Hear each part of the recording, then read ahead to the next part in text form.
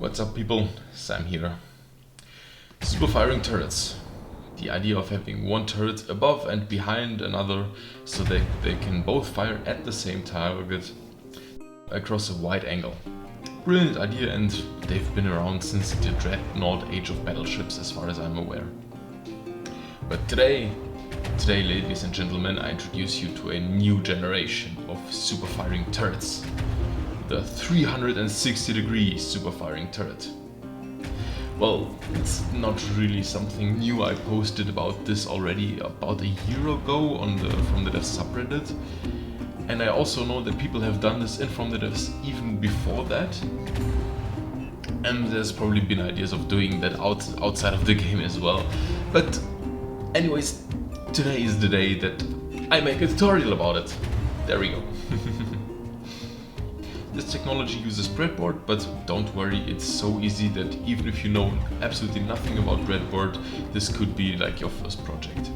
There are two types of breadboard: the non-AI breadboard over here in the control tab, and over here in the AI tab there's AI breadboard, and this is the one we are going to use. So you need an AI connection. We need an AI because as our input we are going to use over here the primary target info, which gives us something like the altitude, the distance, and also the bearing relative to our own vehicle of the target that we are currently looking at. So if we throw in the mass evaluator over here, we can start to read out the value that we are getting, and we can immediately tell that we are getting a value between minus 180 degrees and plus 180 degrees, depending on where that plane over there that I spawned in as a target simulator, depending where it is. So we are now having a value of minus 180 to 180 degrees. However, we want to turn that into this up and down motion. And if you remember from the maths courses, circles, up and down motion, we need a sine function. So over here in the maths evaluator, I'm going to type sine A.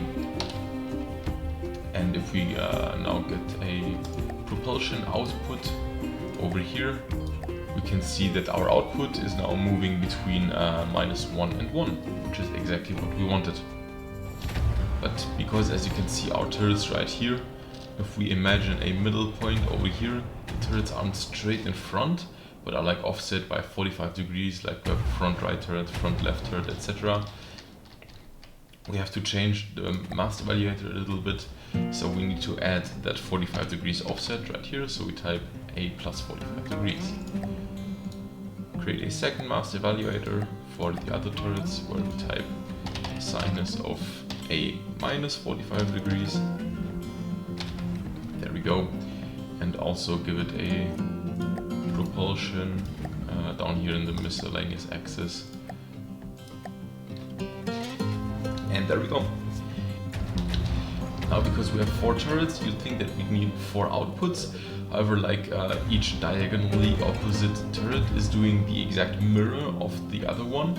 So if this guy is low, this guy is high, and if this guy is low, then this guy is high, etc.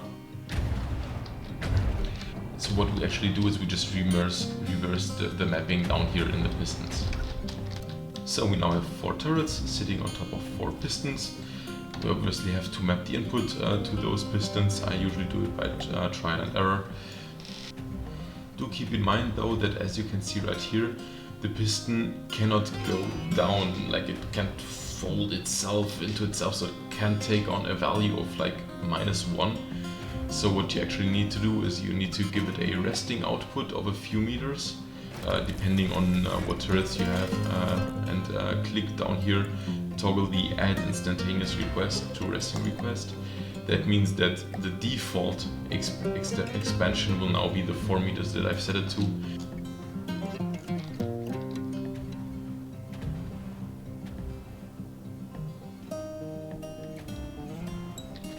And there we go. Now we have 4 turrets doing the superfiring.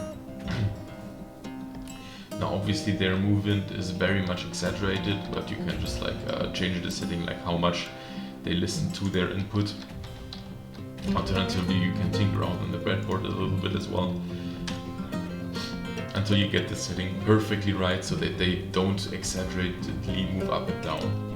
And this right here is something that I just love about from the devs and just maths in general, is that it's just so beautiful, because in the end, because of the turrets are moving up and down in the sine function, if you look at them from the front, they move around in a circle once again. So like you convert the circle into an up and down motion, but if you take the up and down motion together with the circle, you get a circular motion in a different axis, in a different plane, you know.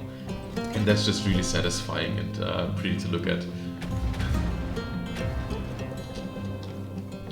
I'm not sure what is happening here, but this is the reason why my laser turrets aren't firing in the showcase. This setup isn't just limited to 4 turrets. You can have as many as you want. Like just look at this array of turrets, all just pointing at the target. I mean, if this doesn't look both threatening and beautiful at the same time, I don't know, man. The beautiful thing is too that you can just have any constellation of turrets and it still works. Like if this is say the bow of your ship that I totally didn't just cut out of the surface of my test platform, but if this is the bow of your ship and you want to have like this 3 setup configuration to use like the narrowing width of the ship towards the front and still have a turret right there, you can do that. What you basically need is to have like an imaginary point right here in the middle between those turrets, and then you just work out the angles. Like the front here is 0 degrees and those 2 turrets are like plus and minus 120 degrees. The only issue is that the sinus is like offset by 90 degrees, so you have to work in this 90 degree into your calculations right here. So like the turret that's looking straight forward is like 90 degrees offset, and then we have 150 and 30 degrees offset turrets. But that is something that you can figure out on your own, just so that you're aware of that it is possible. And if you have questions about that, just ask on Discord or something. This is where it gets a bit more technical, and I don't think that it would fit in this tutorial. Anyways, all that only works because we are using like the target bearing as our input. This means that, however, that manual aiming is impossible, unfortunately. However, this is from the devs and there is no such thing as impossible. There is only such things as requires a bigger brain than the one that I currently have in order to solve. So if we want manual aiming, that's totally possible. As you can see right here, the turrets are adapting with their elevation when I'm manually aiming at them, no matter where the plane is going about. And that is because I'm using Lua. Now, before you all run away screaming, don't worry, just like with the breadboard, you don't need previous knowledge to apply this. As a matter of fact, I didn't write the script and I just barely even understand what it does. What it does is that it's looking for a turret that is named AA, and then it will give us out the angle as a propulsion value, in this case propulsion up, that we can use in our breadboard. I've posted the Lua code in the video description. You can just copy paste it into a Lua box that is somewhere on your ship and it will run automatically. And from that point on you can work with this value as an input. Do keep in mind that you have to multiply it by 180 degrees because you get a value between 0 and 1, and obviously the sine function needs a value between minus 180 degrees and 180 degrees in order to work properly. And other than that, the maths is exactly the same, and you have your outputs right here, and you feed that into your pistons that move up and down, and that's it.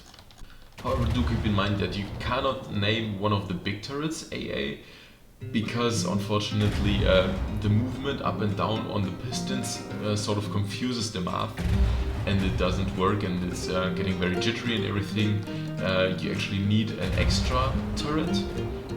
It doesn't need any weapons on them, just a weapons controller to rotate the turret, and this guy is then named AA, and this is where you have the input coming from, and ideally you have it somewhere in between your 4 main turrets, so that it gets an accurate reading and an accurate bearing.